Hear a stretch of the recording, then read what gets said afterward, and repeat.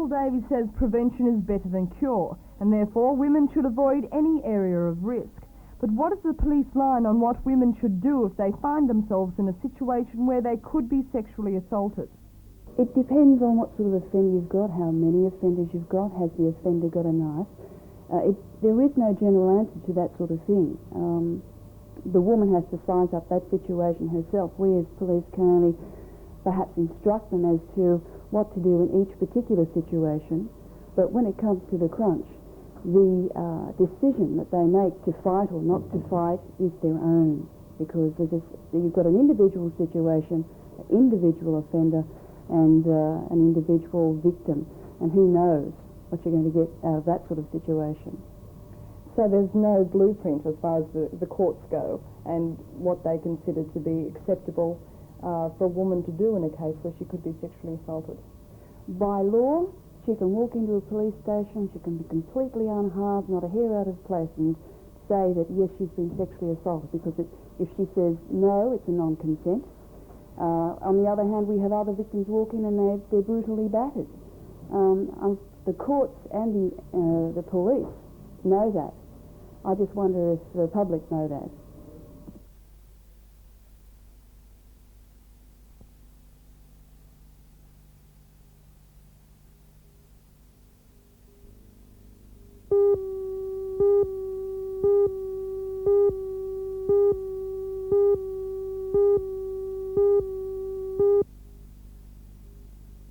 Mitsubishi's entry into motorsport is obviously very much a toe-in-the-water exercise. It's not a huge budget operation as we've seen from companies like Nissan. Virtually there's one car, a standard turbocharged Star Iron that'll be running in Group E, a Class 4 cars that are virtually standard. Some modifications are allowed. Heading the team is Kevin Bartlett. Kevin, the car's obviously well removed from the Brock Commodores, the Johnson Falcons, but is this the direction perhaps touring car racing should be taking? Well, I think it's a great step forward as far as not only Mitsubishi are concerned, but as far as Australian motor racing are concerned, that companies are taking an interest in the near production cars. As you said, the modifications are very, very light on these cars, therefore a lot more people can afford to get in them. The exercise of running Group E, as we call these cars, is a very logical stepping stone to the new formula, which comes in 1985 of Group A. The Group A cars are virtually standard-bodied cars with modifications allowed to engine and homologation parts, special gearboxes, etc. But as you said, far, far removed from the present cars that we have. For most people, of course, the most important touring car race is the Hardy 1000. Can you see greater manufacturer involvement in that race in the future when we come to Group A? Yes, I can, with Group A. With Group C, no, because the cars are too specialised. With Group A, the international manufacturers are very involved and very, very mindful of the effect that their sales will be coming from races like the Bathurst 1000, and therefore their participation in the Bathurst race will be greatly enhanced by entering the lesser formulas to start off with. This is no racing car, but it's obviously one of the new models that Mitsubishi hopes will benefit from the motorsport image the company is going to promote. It's the new Colt sedan. It differs from the Colt that's been marketed so far in the fact that it now has a boot. Mechanically, though, it's similar to the car that's been on the market for some time, although under the skin the most significant improvement is that it's much quieter.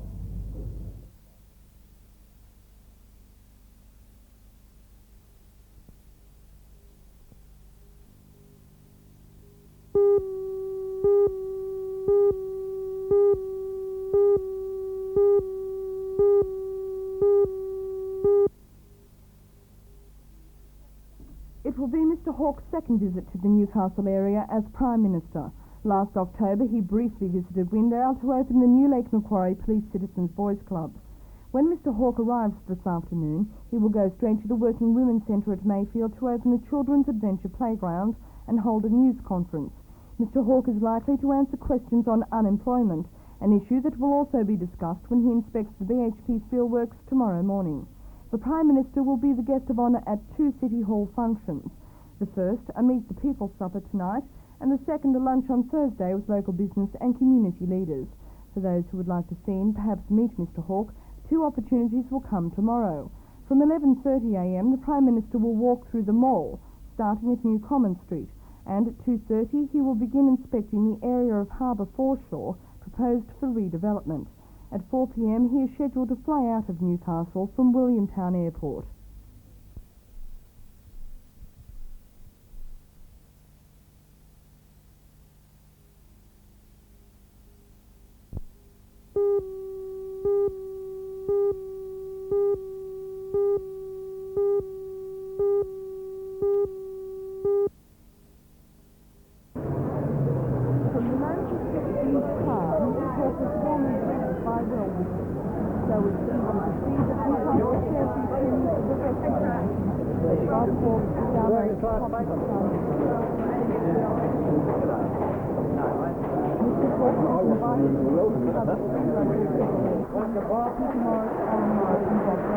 Was welcomed to Newcastle by the Lord Mayor Alderman George Thomas.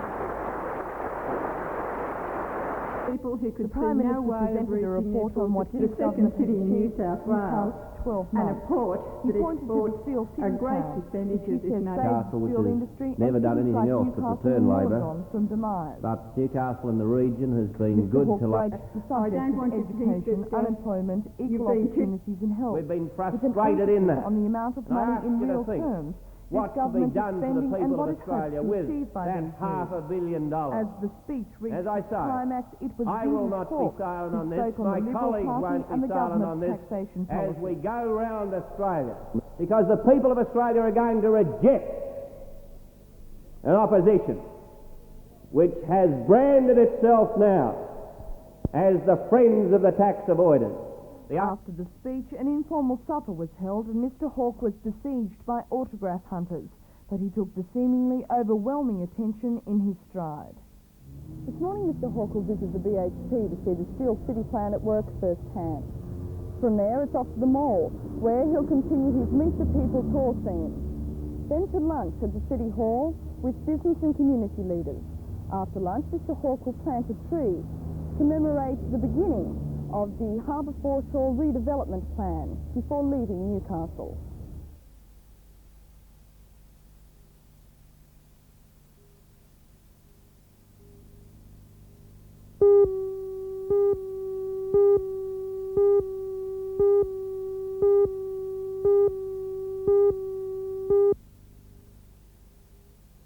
The players had between 7 and 9 o'clock last night to sign contracts with Newcastle Rosebud United. For some players, the temptation to play for Sydney clubs was too great, and some have decided to leave the nightmare of the past few weeks behind. Although this is disappointing for the new club, they say there is enough talent in the youth squad and the Adamstown Rosebud team to make up the deficit. But will the standard of play decline because of the upheaval? Mr. Ernie Lamb. I don't think so. I think the players that have agreed to sign tonight to play for Newcastle Rosebud United will be very, very determined to really put their ability on the park at the weekend. I believe the team that we will sign by tonight is good enough to play in the National Soccer League. I think the National Soccer League will ratify it. And I'm certain the players now who are left who want to remain in Newcastle and play for Newcastle will be determined not to be in any way seen short at the weekend. Are you confident that this new team will be as good as the last? Oh, couldn't guarantee that, but in terms of competition, no. The important thing is that we get on the park and keep National Soccer League alive and Newcastle alive. The miracle this week is that we actually got on the park, not the result.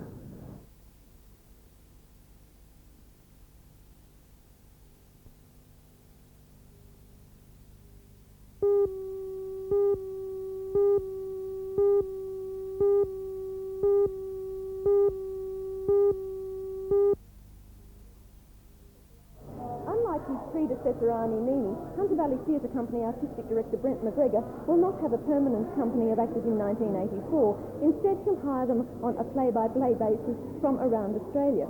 For example, in The Perfectionist, he has actors from both Sydney and interstate, as well as Newcastle actor Vic Rooney, best remembered for his performance in Essington Lewis' I Am Work, and in his first professional performance on the stage, 21-year-old David Berthold. David, although this is your first time on the professional stage, you're not unknown to Newcastle audiences, are you? Oh, I've been there for a little while. I did a bit of work with Newcastle Comedy Art Club a few years ago. I started with them. And more recently been with Newcastle West and the Guapipi as well. And what shows have you done that people would remember you in? Probably Godspell was the one that to be most recent in people's minds. That finished up right at the end of last year. That was a great show. And have you always wanted to go into theatre professionally? It's been there for a while. I started off being training singing, as you probably know, but tending to head more towards acting now. But certainly I've wanted to move into professional theatre most of the time. And what does the future hold for you? Ask Brent McGregor, I guess, at this stage, but I'll be looking to do more work with HBCC at this stage.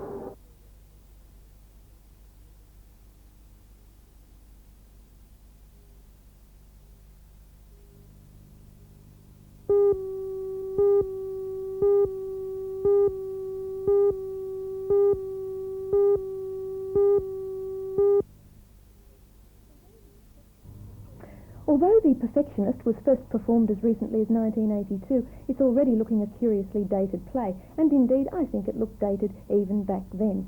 Let's face it, for years there's been talk about the need for a re-evaluation of traditional roles in marriage, particularly in the light of two-job families. What David Williamson has done is to take this well-aired theme and put it into a smarter and more upmarket background of university research. The not-too-startling conclusion is that there's a need for flexibility and compromise in modern marriage if a woman is to have as many rights as a man. Certainly the play is amusing enough to entertain, but on a disappointingly glib and superficial level. Brent McGregor's production was not stylish or stylised enough to overcome the odds. This portrait of a marriage should be seen as a series of very sharply focused snapshots, and this was missing from the production. Susan Roylance grabbed the acting honours with an intelligent and varied performance as Barbara Gunn, while David Berthold was interesting and also intelligent as the young Danish student who forces her to rethink her marriage. Now, I'd be the last person in the world to say that this theme is not worth exploring, but the unfortunate thing is that The Perfectionist seems to trivialise it.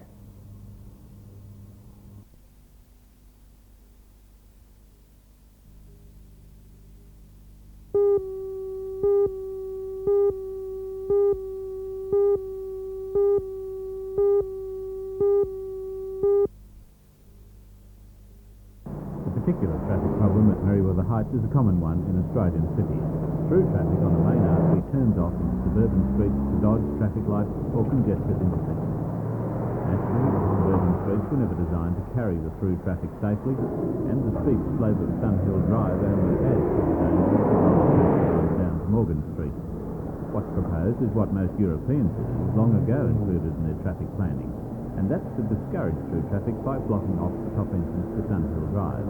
Local residents may have to drive round the block, but any inconvenience is more than worthwhile.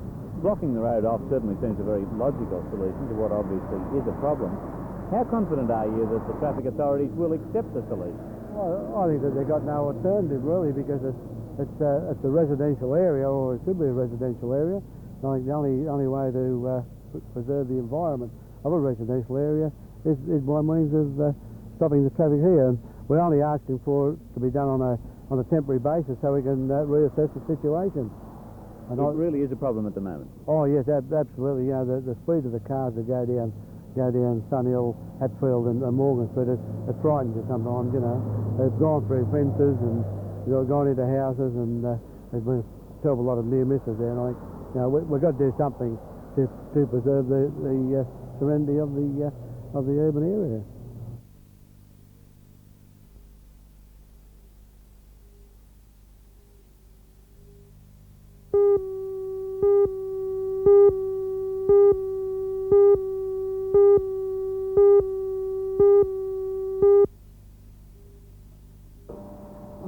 With $150,000 worth of jewellery on display, the owners of the Cooks Hill Gallery will be looking very carefully at their customers as they walk out the door.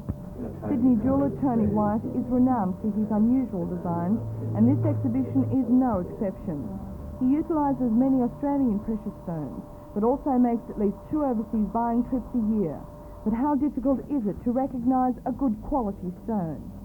Well, for me it's not so difficult, but for the general public looking, it can be very difficult and fraught with great amount of cheating and misunderstanding between the buyer and the seller. Is there any easy way of finding a good stone? Well, going to a good dealer, it's the best way of doing it, and be prepared to pay a good price for it, because there's no such thing as a cheap stone that's good.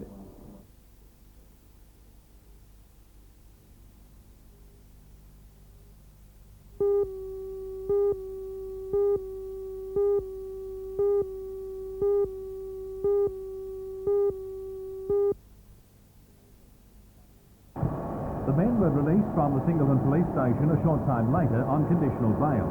They returned to the picket line outside the Mount Thorley colliery to confer with unionists who resolved to continue at least a protest for the time being. Police were called this morning when the picketers blocked the path of trucks wishing to load at the colliery and other loaded ones which were expecting to dump at the nearby Mount Thorley loader.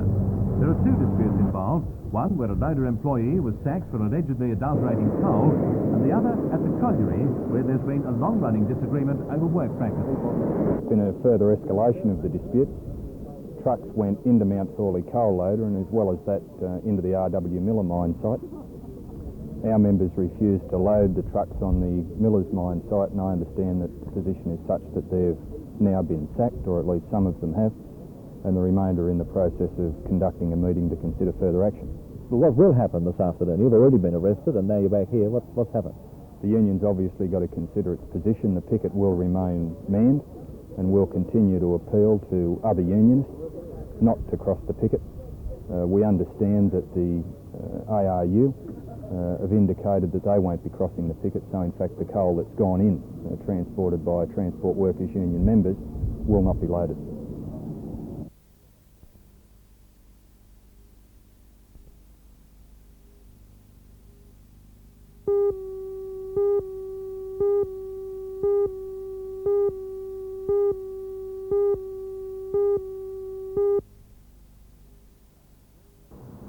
The meeting today brought to a head several months of controversy over the manner in which council manpower and equipment had been used on a particular project. That project was the formation of a sports complex behind the Dungog High School. The meeting today was told of an agreement between the council and the sports complex committee allowing for the use of the machinery on weekends and on flexi days. However, it was alleged in a presidential minute presented to the council that the engineer, Mr. O'Driscoll, had authorised the work to be carried out during normal working hours. It's expected that an official inquiry under the Local Government Act will be held into the matter.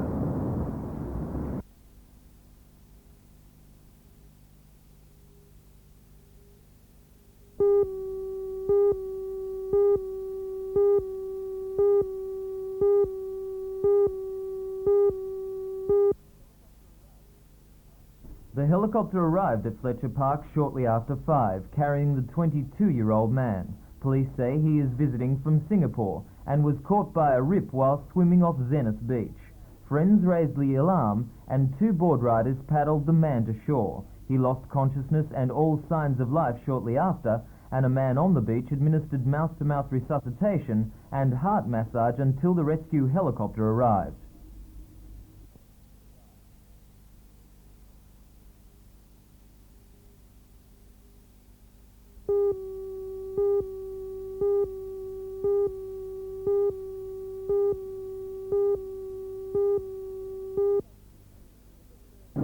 This action comes from the deferred Harker Oval match of the round, the clash between old rivals Western Suburbs and Lakes United.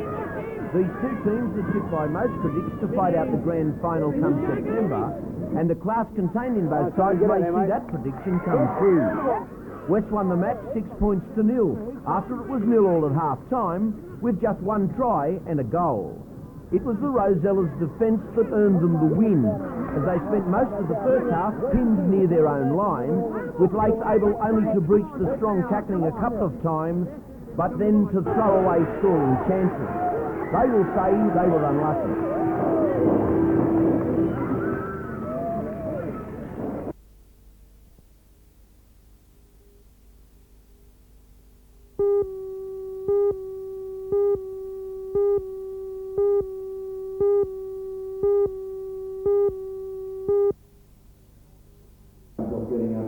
With more than 160 members, the Marching Koalas Combined High Schools Band is a big outfit, and it has gathered an even bigger support group of helpers over the last year. Mothers and fathers, managers and tutors and confidants were all there last night to accept the thanks of the organising committee. Head of Promotions, Mr. Brian Reltz, presented thank you gifts to people like Mrs. Margaret Cronin, who was the female supervisor during their highly successful United States jaunt. NBN's Chris Ford, Bill Catlin and Keir Enderby, who created the documentary on the koalas trip, were singled out for special thank yous. So was Mr. Jeff Dean, who coordinated NBN's involvement in the project, and he accepted on behalf of them all. A thoughtful note was struck when Mr. Ralph reminded the audience that the band has lost 30 of its members who are now too old. He said replacements are being trained so that the band can go on to bigger and better things. Job well done, and I'd like to welcome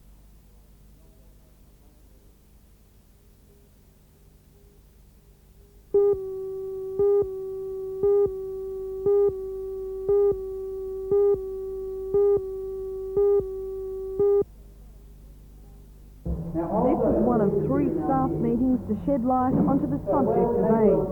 Nurses expressed concern about handling blood-splattered syringes and scalpels, and the cleaners were worried about cleaning labs where the tests take place. But the clinical director of the immunology unit, Dr. David Sutherland, says if the normal practices of care are adhered to, then there is nothing to fear. I think a word like danger is not absolute. There's no, this is dangerous, this isn't. There is a remote possibility. It is a disease that has very low infectivity. The needle or anything else. The problem is, once it's gone to the full-blown syndrome of AIDS, and we have none of those here, but once it reaches that stage, it is very nasty, and many people die of it. Can the staff take any precautions to protect themselves against AIDS? Oh, sure, and the precautions are very simply those for hepatitis C. These are approved the world over, and they are shown to be universally effective. The danger is, first of all, if somebody breaks the rules.